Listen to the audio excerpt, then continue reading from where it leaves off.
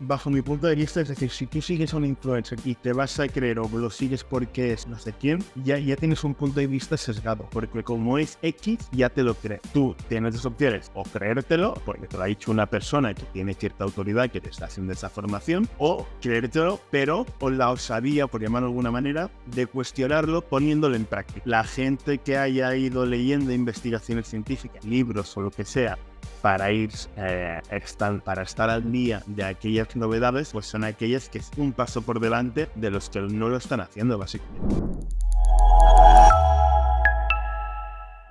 Muy buenas a todos, bienvenidos a una nueva entrevista. Estamos con Xavi Reche. Xavi, ¿qué tal? ¿Cómo estás? Hola, buenas, ¿qué tal? Muy bien. Bueno, pues lo primero agradecerte que estés con nosotros y lo segundo felicitarte por tu nuevo puesto, responsable de análisis de datos en el Girona. Y bueno, felicidades de parte de todo el equipo. ¿Qué tal ha ido? ¿Cómo lo estás llevando? Pues muchas gracias. No, la verdad es que bien, fue algo que fuimos cocinando poco a poco y salió la oportunidad. El Girona es un club pequeño, pero que ha crecido mucho en los últimos años, ya que hace 3 años estaba en segunda y este año están jugando a la Champions. Y necesitaban una persona que les ayudara en todo el tema de ordenar los datos, para llamarlo de alguna manera. Y para eso me han cogido a mí, para echarles una mano en este sentido. Y Sin duda creo que han hecho una buena elección, porque además ya vienes con un gran recorrido, ¿no?, en el Fútbol Club Barcelona. O sea que esa experiencia también aportarla en un equipo que, como has dicho, ha evolucionado tanto y tan rápido. Felicitaciones por eso. muchas gracias. Bueno, buenas, Xavi. También la temática de hoy queríamos hablar un poco, sobre todo enfocado en nuestros alumnos, para que sepan cómo se lleva un recorrido a nivel profesional, sobre la formación continua, no solo quedarse con una formación que puedan recibir ya de carácter oficial o de carácter no oficial, ¿no?, sino que puedan seguir formándose. Y aquí viene la primera pregunta. ¿Por qué es importante realmente seguir formándonos durante nuestra trayectoria profesional? Bueno, al final, básicamente, si nos centramos en el punto de vista de entrenamiento deportivo, por ejemplo, solo hace falta ver cómo se entrenaba en los años 80 o 90 y cómo se está entrenando ahora. ¿Por qué ha cambiado? Gracias a que la gente que tenía que entrenar ha tenido inquietudes, ha seguido investigando de cómo sacar el máximo rendimiento. Esas investigaciones pues las han publicado, la gente ha podido aprender de estas intervenciones que se han hecho y entonces se ha podido evolucionar. La gente que haya ido leyendo investigaciones científicas, libros o lo que sea, para estar al día de aquellas novedades, pues son aquellas que están un paso por delante de los que no lo están haciendo, básicamente. ¿Crees que realmente, por ejemplo, a mí me pasó cuando yo hice mis estudios, realmente salí al mundo profesional y como no había practicado, no los había proyectado, primero no sabía cómo hacerlo, ¿no? ¿Coincides conmigo en que quizá la manera de aprender también, aparte de esa formación continua, es ya empezar a trabajar de ello, empezar a formarse desde el punto de vista práctico? Sí, sobre todo, intentar sacarlo el máximo. Al final, tú cuando estás con los deportistas, esa realidad solo la aprendes cuando estás con ellos. Sí que es cierto que tú, pues ya sea en la universidad, en las formaciones, donde sea, o incluso entrenando por ti mismo, tienes que intentar aplicar aquello que aprendes para ver cómo mejorar. Ya no estamos hablando de hacer una investigación, nada, pero estamos hablando de he aprendido esto, sobre todo cuando tienes, ¿no?, que estás empezando los estudios más orientados al deporte, tienes 18, 19, 20, 23 años, y te dicen, para mejorar o para hipertrofiar, para hacer el desarrollo muscular, se tiene que hacer, hay diferentes maneras. Una es esta, otra. Vale. Pues, tú tienes dos opciones, o creértelo, porque te lo ha dicho una persona que tiene cierta autoridad que te está haciendo esa formación, o creértelo, pero con la inquietud esa, con la osadía, por llamarlo de alguna manera, de cuestionarlo poniéndolo en práctica. ¿Vale? Pero al final tú lo pones en práctica porque, fíjate, este profesor ha dicho esto, voy a ver si es verdad, voy a ponerlo en práctica. ¿Vale? evidentemente, por ejemplo, hemos puesto este desarrollo muscular. Para el desarrollo muscular, los libros dicen que el mínimo o de 6-8 semanas. Bueno, no quiere estar 6-8 semanas en ello, pero sí que tener la osadía o cuestionar aquello que te están enseñando. Yo a los alumnos en perfecto, eso lo digo, cuestionar, el preguntarme, a poner en duda lo que os estoy diciendo. Bien, evidentemente, depende de la clase y la formación, desde la primera vez que lo escuchan no van a poner en duda ciertas cosas, pero que tengan la valentía de una clase la semana siguiente, de, oye, el profesor me dijo que el ciclo de Krebs era este, que pasaba esto, y entonces se producían ciertas reacciones. Voy a ver si es verdad. Esto me lo ha dicho el profesor, me enseñó el 3 diapositivos. Voy a consultarlo con un libro, a ver qué me dice el libro.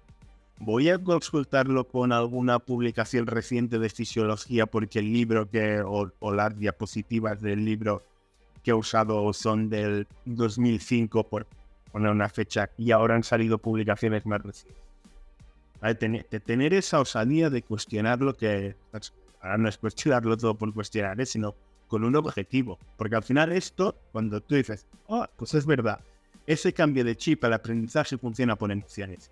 Y ese cambio de chip de cuando tú lo compras y dices, eureka, ¿sabes? Ahí es cuando se aprende. Y porque estás en la clase escuchando, pues sí, vale, al final, o tienes tu manera de seguir estudiando semana a semana con eso que te han enseñado. Si no busques ese punto emocional en el aprendizaje, decrece mucho. Claro, estoy de acuerdo contigo, porque quizá el realizar un trabajo de oyente solo, ¿no? De manera pasiva, sin hacerte una reflexión de qué está diciendo el profesor, sin empezar a relacionar conceptos, pero esto puede haber otros profesores, y al final sacar unas ciertas conclusiones, pues bueno, puede ser que no exprimas demasiado a la formación y luego que no acabes absorbiendo conceptos que van a marcar la diferencia el día de mañana. Pero, Xavi, también yo me pregunto, claro, de toda la información que tenemos, ya sabes que el mundo del entrenamiento físico, el mundo del fitness, el mundo de la preparación física ha pegado un boom impresionante. Ahora, en redes sociales nos podemos encontrar miles y miles y miles de personas que comparten ciertas experiencias de mayor, de menor calidad. ¿Qué consejos le das a los alumnos para saber dónde buscar esa información, dónde seguir formándose sin necesidad de ir a una empresa de formación o a una universidad? ¿Dónde seguir formándose? ¿Dónde extraer esa información que va a marcar la diferencia en este aprendizaje continuo? Aquí nos metemos, bajo mi punto de vista, en un tema poco controvertido, que es el tema de la no sé si lo preguntas también por ese auge de los influencers en las redes sociales y tal. Bajo mi punto de vista, es decir, si tú sigues a un influencer que te quieres y te vas a creer o lo sigues porque es no sé quién, ya tienes un punto de vista sesgado, porque como es X, ya te lo crees. Pero realmente, porque es influencer y te fijas en los seguidores, pero no te fijas en lo que sabe. Y esto es un problema. Entonces, yo, por ejemplo, a la gente que sigo en redes sociales,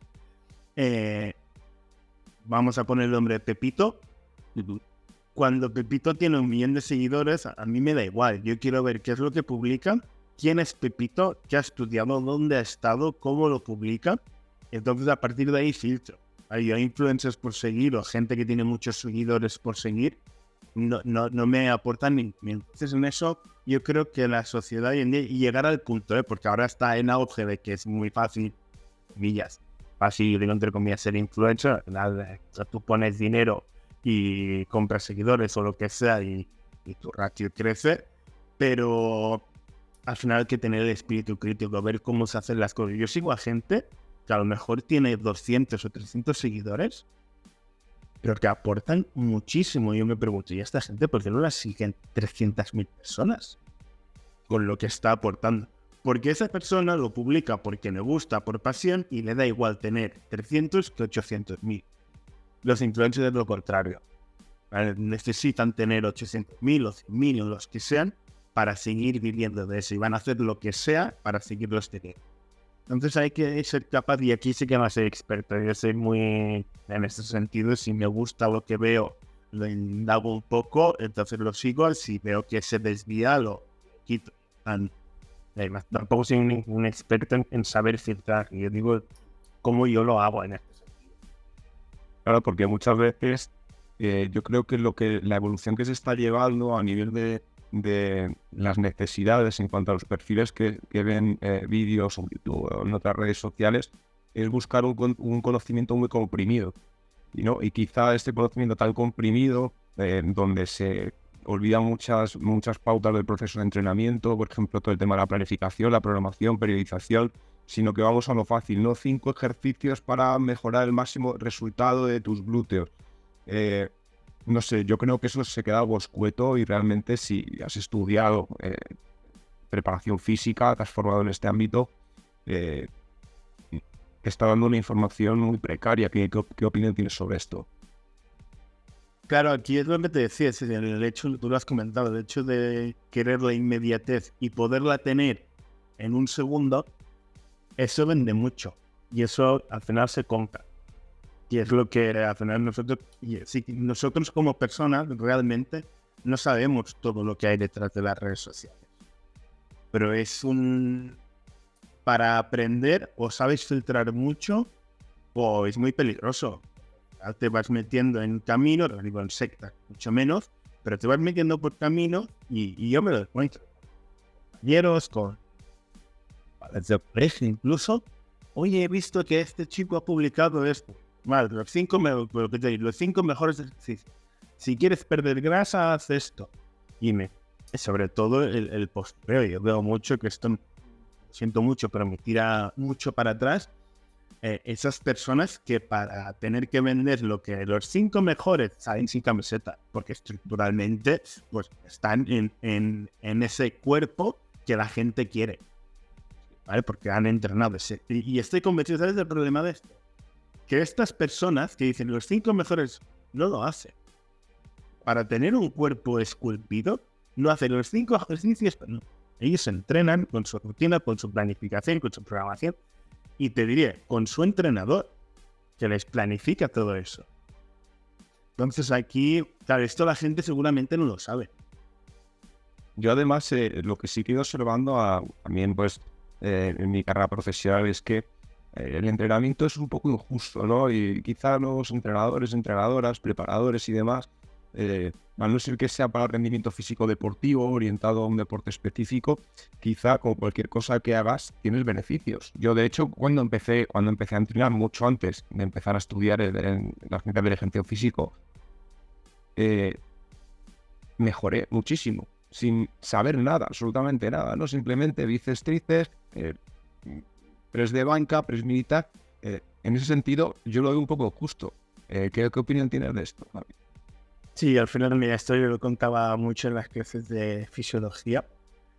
Que las de fisiología y las de entrenamiento de resistencia y velocidad siempre preguntaba la misma anécdota. Cuando empezáis con una persona, bajaros los humos en los 6 primeros meses. Porque en los 6 primeros meses va a mejorar todo. O sea, le ponéis en la bicicleta estática a hacer 30 minutos cada día y va a mejorar su fuerza máxima una persona que es sedentaria. Entonces, no os creáis ahora que sois buenos entrenadores por haber mejorado la fuerza máxima de una persona sedentaria y simplemente habéis puesto en vuestro proceso de entrenamiento las 2 primeras semanas trabajo sin impacto para que no sufra tanto, para no sé qué, no sé cuánto. Pero al final, la gracia de esto es, una vez pase ese potencial de mejora, esa curva de mejora, cuando ya se empieza a estancar, ¿qué es lo que tú haces? Ahí es donde se demuestran los buenos entrenadores. ¿Sabes? Una vez llegas aquí a ese punto, ser capaz de darle lo que le toca a esa persona, ¿vale? Porque no será lo mismo una persona que puede entrenar o quiere entrenar 3 días a la semana, media hora, o esa persona que quiere entrenar cada día 1 hora. ¿Vale? Al principio, el aprendizaje o las mejoras serán muy, muy grandes. Pero a partir de aquí, tú tienes que ser bueno cuando se frenen para retener a esa persona. Porque la persona lo verá. Y la persona lo verá. Oye, que he mejorado en 6 meses un 50% y ahora en los últimos 2 meses no hemos mejorado. Bueno, es parte del proceso. Además, teniendo en cuenta, Xavi, que estos primeros clientes no suelen durar demasiado, ¿no? Es decir, para tener un cliente que mantengas durante años no es un porcentaje grande de los primeros clientes que te llegan, ¿no? Sino que luego muy pocos al final se quedan contigo. Esto quiere decir también, o puede decir que el entrenamiento es un trabajo al que prácticamente cualquier persona con un conocimiento mínimo, y digo mínimo simplemente viendo vídeos, ya puede dedicarse a esto.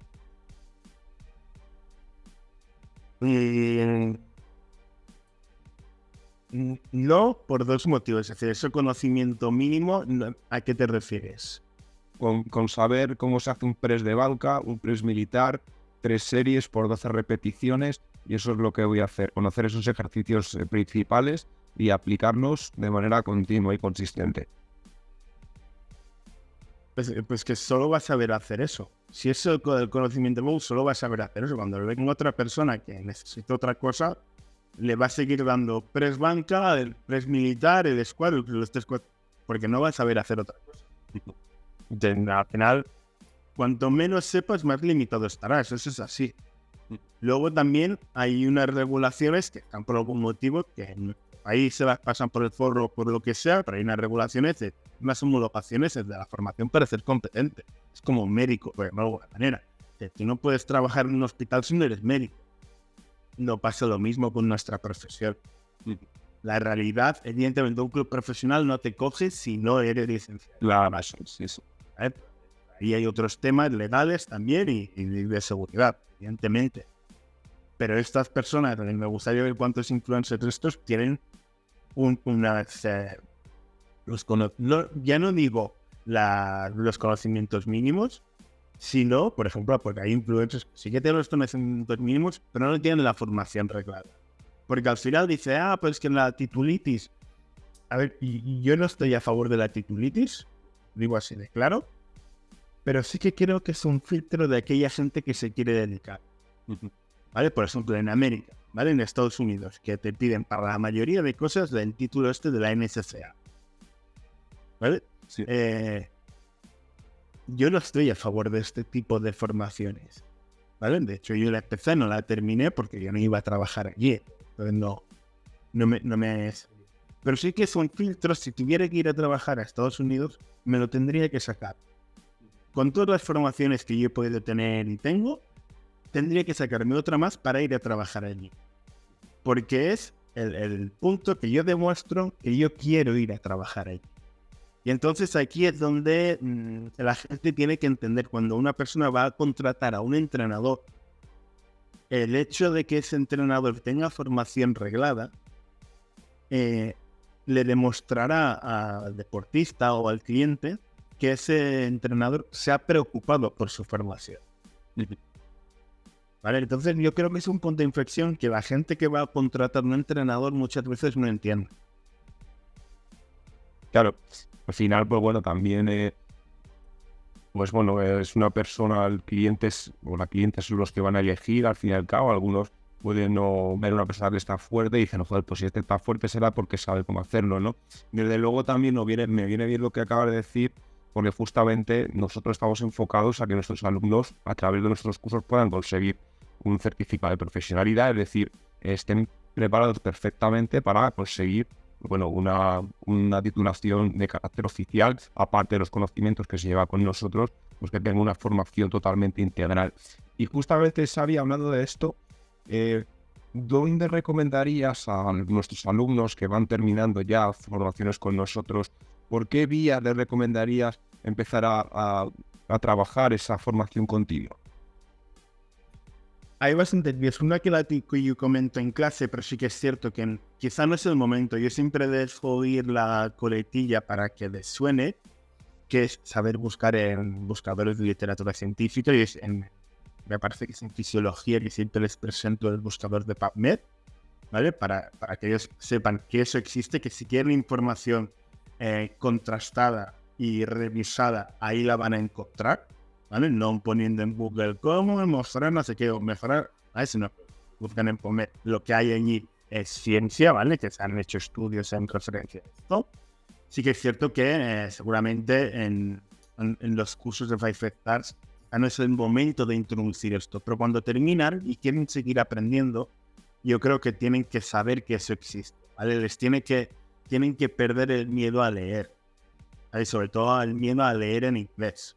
Y hoy en día sí que es cierto que las herramientas de IA pues tienen la suerte de que les facilita mucho el trabajo, ¿vale? Porque tú le das el artículo y te lo devuelve traducido, ¿vale?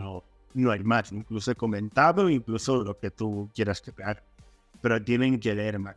Luego lo que decía, no sé cómo decirlo, pero sí que un poco la experiencia es seguir a aquellas personas que tengan una formación contrastada, ¿vale? En ese sentido, que si hay una persona que tiene un canal de YouTube que hace formaciones de entrenamiento, ver quién es esa persona, cómo lo explica. Si lo explica para conseguir likes o si lo explica realmente para explicar y enseñar, ¿vale? Yo conozco a varios, ¿vale? de estos, y a mí, hoy en día los sigo y veo sus vídeos. Y digo, pues tú eres profesor y tienes... Ya, pero yo quiero seguir aprendiendo. Porque estas personas se van reciclando la información que van dando, la formación que van dando, y a mí me sirve y cojo ideas, porque al final yo también tengo una visión sesgada de las realidades que he vivido. Y si aprendo de otras realidades, ¿vale? Yo vengo de deportes colectivos, ¿vale? A mí me interesa saber cómo entrenan los de natación. Y si veo un perfil que es muy bueno, un entrenador de natación muy bueno, quiero ver qué métodos aplica y cómo lo hace. ¿Por qué? Porque a lo mejor cojo ideas. Yo, por ejemplo, ahora estoy en el tándem de ciclismo deportes colectivos. Y yo he aplicado muchas cosas de deportes colectivos al ciclismo y muchas cosas del ciclismo a deportes colectivos. Tienes que tener esa visión, la tienes que tener, porque al final cuando tú entrenas con una persona es un cuerpo humano que a lo mejor se ha dedicado a jugar a fútbol o a lo mejor se ha dedicado a hacer ciclismo. Pero al final el cuerpo humano sigue siendo el cuerpo humano. Creo que es importante, ¿no? Y al final, fijaos, estamos comentando todas estas cosas porque realmente ya no está diciendo una persona que se dedica exclusivamente a ello, ¿no? Como es tu caso. Es importante seguir formándonos, pero también quiero hacer aquí un pequeño debate, Xavi. ¿Se sabe leer bien los estudios científicos? Es decir, evidentemente todo tiene que estar contrastado, pero hay que tener cuidado cuando seleccionamos ciertos estudios científicos. Tenemos que seleccionar un estudio que solucione una duda que podamos tener o un problema que podamos tener. Aquí, mira, y aquí justo eso lo comento en las clases, claro, si tú quieres aprender de un tema nuevo, no te vayas a leer un estudio de intervención. Yo he tenido un grupo de 20, 30, 800 personas y les hemos hecho esto y iría a buscar las reviews, que una review es un compendio de muchos artículos que sobre una temática que lo han resumido, ¿vale? Y te lo presentan. Y no solo tendrás un artículo, a lo mejor tendrás 100 artículos resumidos en 5 páginas. Con los puntos como si fuera un libro, por llamarlo de alguna manera, pero muy técnico de un tema concreto.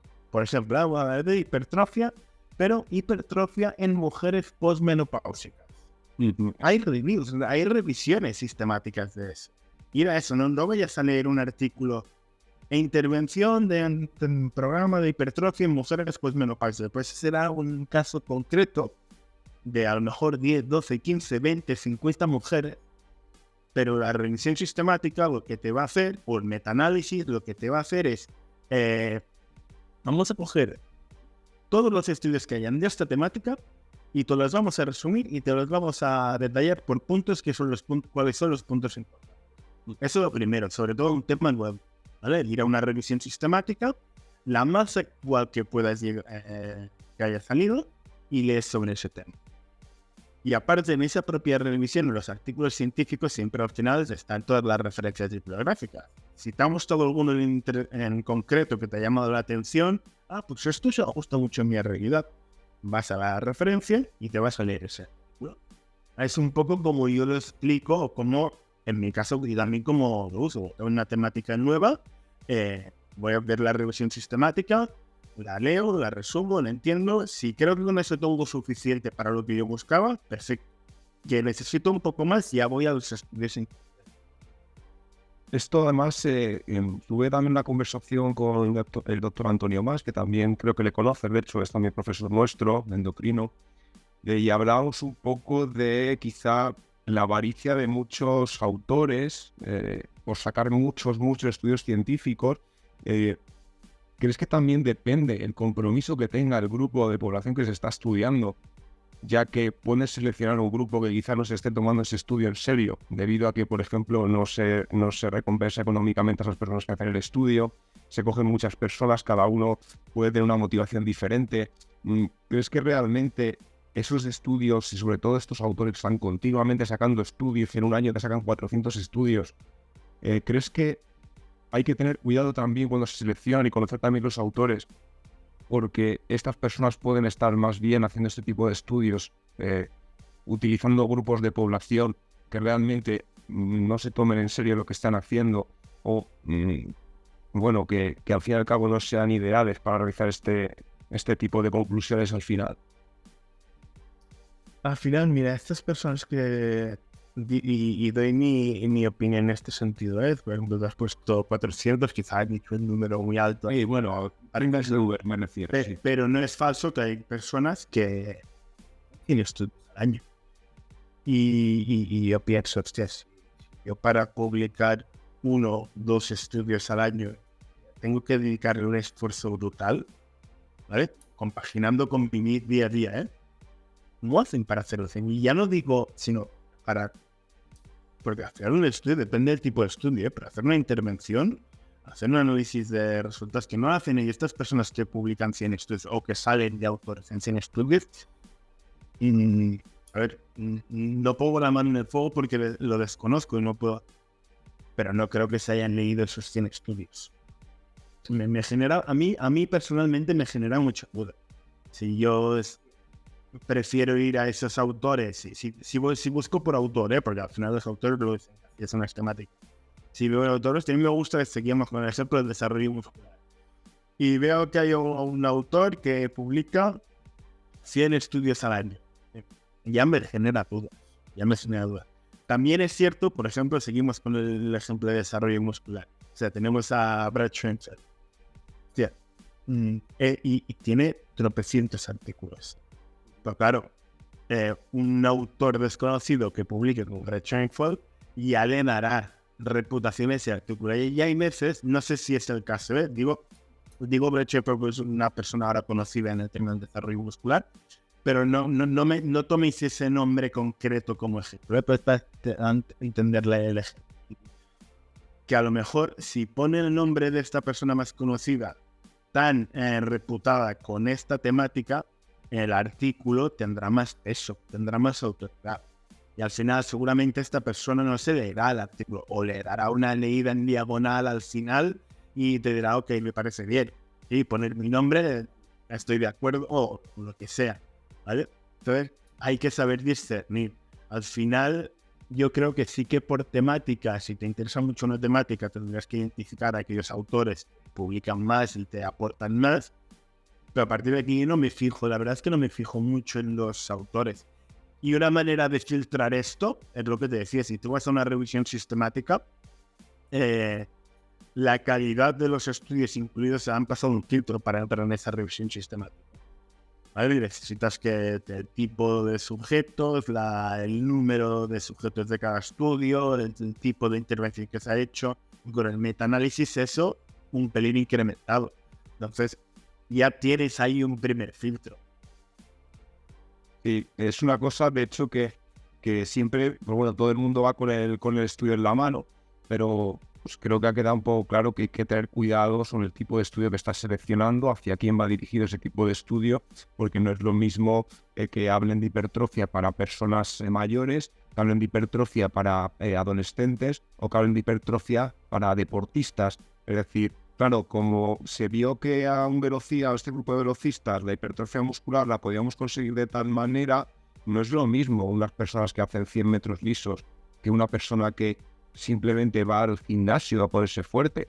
Es decir, yo veo muchos sesgos en ese sentido, que utilizamos un estudio que habla de hipertrofia, no es que está en la hipertrofia, sí, pero ¿para quién habla de hipertrofia? ¿Cuál era el objetivo de la ganancia de masa muscular de ese deportista? No ponerse solo fuerte por el hecho de a nivel estético, ¿no? Sino por pues conceptos como la prevención de lesiones, conceptos como la mejora de la calidad muscular, ¿no? Pues la mejora incluso de la potencia por aumento de fuerza, ¿no? Entonces, creo que es un punto interesante que no les suele hablar mucho de esto, ¿sabes? Y por eso creo que hablando de la formación continua, esto es algo directo, porque al fin y al cabo alguien que que ya tenga un nivel, va a ir directamente a evidencia científica, y saber seleccionar estos estudios creo que marca la diferencia. Y esto viene de la mano de la siguiente pregunta, Xavi. ¿Te has encontrado alguna vez estudios de relevancia, que han hecho estudios con deportistas de un nivel medio alto, que digan cosas opuestas? Sí, claro, para eso está la ciencia. Sí, la ciencia evoluciona gracias a poner lo que decíamos al principio, a poner en duda lo que se cree que es verdad hoy en día. La ciencia avanza por eso. ¿Por qué ahora se puso de moda, por ejemplo, el método de oclusión vascular para hipertrofiar? Porque puso en duda ciertas cosas de fisiología y se vio que eso daba resultado. Ahora se está viendo, se puso en... el boom, el auge, se puso de moda hace unos años y ahora ha quedado en un nicho muy pequeño, sobre todo en el caso de deporte de rendimiento, para rehabilitación de lesiones. Porque ya se ha visto que eso una cosa es hipertrofia, pero una cosa es la hipertrofia estructural y la otra la hipertrofia funcional, que esa hipertrofia no era funcional. Tú has puesto el ejemplo muy bueno del turismo y el velocista. Un velocista es grande porque tiene una hipertrofia funcional. No tiene esos hombros, esos brazos, ese torso porque se machaque a hacerse. No, es una hipertrofia funcional consecuencia de su entrenamiento para mejorar los 100 metros lisos. Sí, totalmente. Entonces, bueno, yo creo que hemos abierto un melón interesante también que podríamos estar comentando. Pero claro, hay que hacer la siguiente pregunta. Si hay estudios, incluso muy recientes, ambos, de hace un año, de hace 2 años, 3 años, yo como entrenador, ¿cómo sé cuál es el más idóneo para mi cliente? ¿Esto crees que realmente tenemos también una figura de ensayo-error muchas veces con nuestros clientes? Depende de la capacidad que tú tengas de interpretar estos estudios. ¿Por qué digo esto? Al final esto pasa mucho, sobre todo cuando empiezas a leer estudios científicos que mola, porque mola y dices, hostia, esto no me lo enseñaron en clase, y esto es nuevo.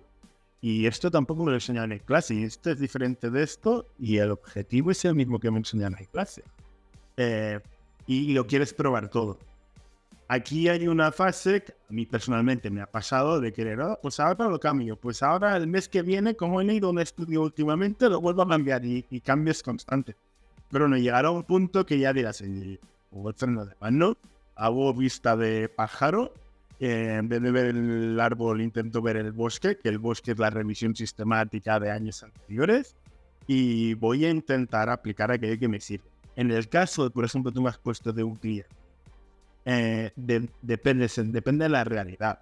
Al final, por ejemplo, habrán clientes o habrán deportistas que no les importe hacer, entre comillas, tío de indias, que tú hablas con él, oye, mira, ¿cómo quieres? Te voy a hacer esta propuesta para las próximas 4 semanas, es un poco diferente a lo que veníamos haciendo, ¿quieres que lo aprobemos? No, seguimos con la planificación que teníamos, en función de cómo respira, entonces las propones, ¿no?